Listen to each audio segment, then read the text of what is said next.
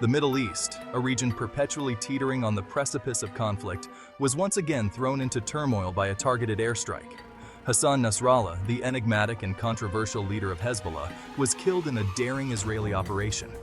His death sent shockwaves across the region, raising the specter of a wider conflagration. Nasrallah, a figure both revered and reviled, cast a long shadow over the region's geopolitics. For decades, he was the face of Hezbollah, transforming it from a guerrilla group into a powerful political and military force. His fiery rhetoric and staunch opposition to Israel made him a hero to many in the Arab world. However, his critics viewed him as a dangerous provocateur. The airstrike that ended his life marked a dramatic escalation in the long-running conflict between Israel and Hezbollah. The attack on Nasrallah, a highly symbolic act, was met with immediate condemnation from many corners of the globe. Governments and international organizations called for restraint, fearing a retaliatory spiral of violence. The Middle East, already grappling with multiple crises, braced itself for the possibility of a wider war. The reverberations of the airstrike were felt far beyond the Middle East, underscoring the complex web of alliances and rivalries that define the region. The international community, already struggling to contain the fallout from numerous other conflicts, faced a daunting new challenge. The death of Nasrallah, a man who, for better or worse, shaped the destiny of the Middle East, marked the beginning of a new and uncertain chapter. Hassan Nasrallah's journey was one of remarkable transformation. He emerged from the chaos of Lebanon's civil war as a young, fiery cleric, quickly rising through the ranks of Hezbollah. Under his leadership, the group shed its image as a mere militant organization. It evolved into a formidable political force, commanding significant influence in Lebanon's parliament. Nasrallah's charisma and his ability to connect with the disenfranchised segments of Lebanese society were undeniable. He skillfully exploited the grievances of the Shia community, positioning Hezbollah as their protector against Israeli aggression. His unwavering support for the Palestinian cause further burnished his image as a champion of the oppressed. Nasrallah's tenure was marked by frequent clashes with Israel. The 2006 Lebanon War, a month-long conflict that resulted in significant casualties on both sides, cemented his status as a formidable adversary of Israel. Hezbollah, under his command, demonstrated its military prowess, inflicting heavy losses on Israeli forces. The group's arsenal of rockets and missiles, capable of striking deep within Israeli territory, shifted the balance of power. No longer was Hezbollah simply a guerrilla force. It had become a powerful military actor, capable of posing a substantial threat to Israel's security. Nasrallah's legacy, a complex tapestry of political maneuvering and military strategy, would continue to shape the region long after his demise. The assassination of Hassan Nasrallah sent shockwaves through the international community.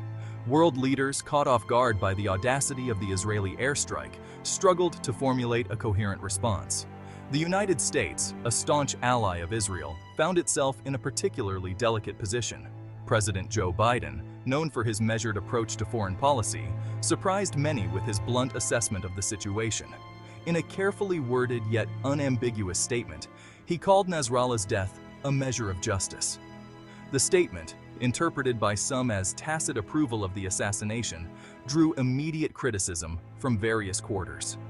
The Arab world, already deeply suspicious of American intentions in the region, reacted with anger and dismay. Biden's words were seen as further proof of the United States' unwavering support for Israel, even when it engaged in actions that destabilized the region. The fragile peace in the Middle East, already strained by decades of conflict, seemed to hang by a thread. The White House, in an attempt to quell the growing outrage, insisted that Biden's statement was not an endorsement of extrajudicial killings. They emphasized that the United States remained committed to a peaceful resolution of the Israeli-Palestinian conflict.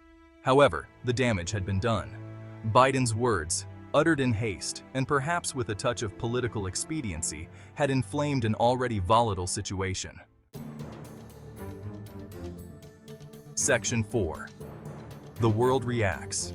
A chorus of condemnation and calls for calm. The assassination of Hassan Nasrallah reverberated across the globe, eliciting a wide range of reactions from world leaders and international organizations. The United Nations, through its Secretary General, expressed deep concern over the incident, calling for restraint and urging all parties to avoid further escalation. The European Union, while acknowledging Israel's right to defend itself, condemned the targeted killing of Nasrallah. They stressed the importance of upholding international law and avoiding actions that could further destabilize the region. The assassination, they argued, would only serve to inflame tensions and make the prospects of peace even more elusive. Russia, a major player in the Middle East, condemned the airstrike, calling it a dangerous escalation. They urged both Israel and Hezbollah to exercise restraint and engage in dialogue to prevent a wider conflict. China, another permanent member of the UN Security Council, echoed these sentiments, stressing the need for a peaceful resolution to the Israeli-Palestinian conflict. Iran, a close ally of Hezbollah, reacted with fury, vowing to avenge Nasrallah's death.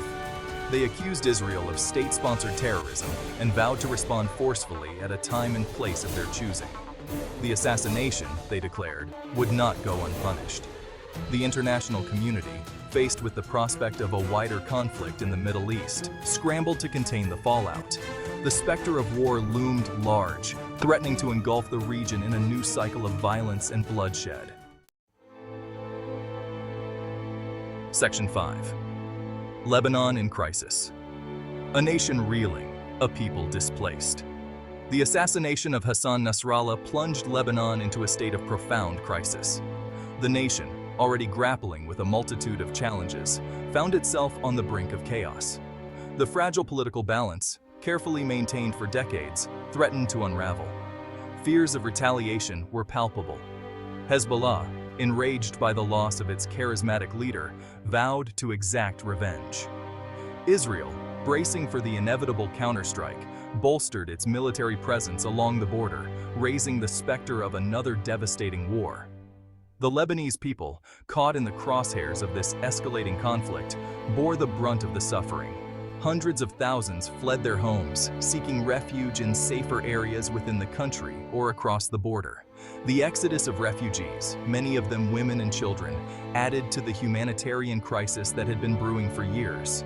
Hospitals, already overwhelmed by the influx of casualties from previous conflicts, struggled to cope with the surge in demand for medical care.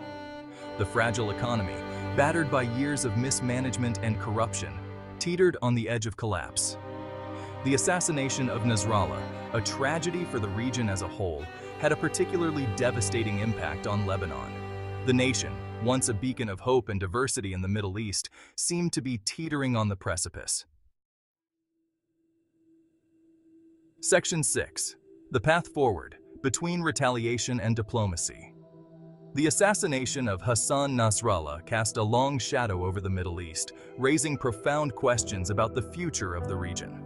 The specter of retaliation loomed large, threatening to plunge the region into another cycle of violence and bloodshed. Hezbollah, reeling from the loss of its charismatic leader, faced immense pressure to respond forcefully. Failure to avenge Nasrallah's death would be seen as a sign of weakness, potentially undermining the group's credibility and influence.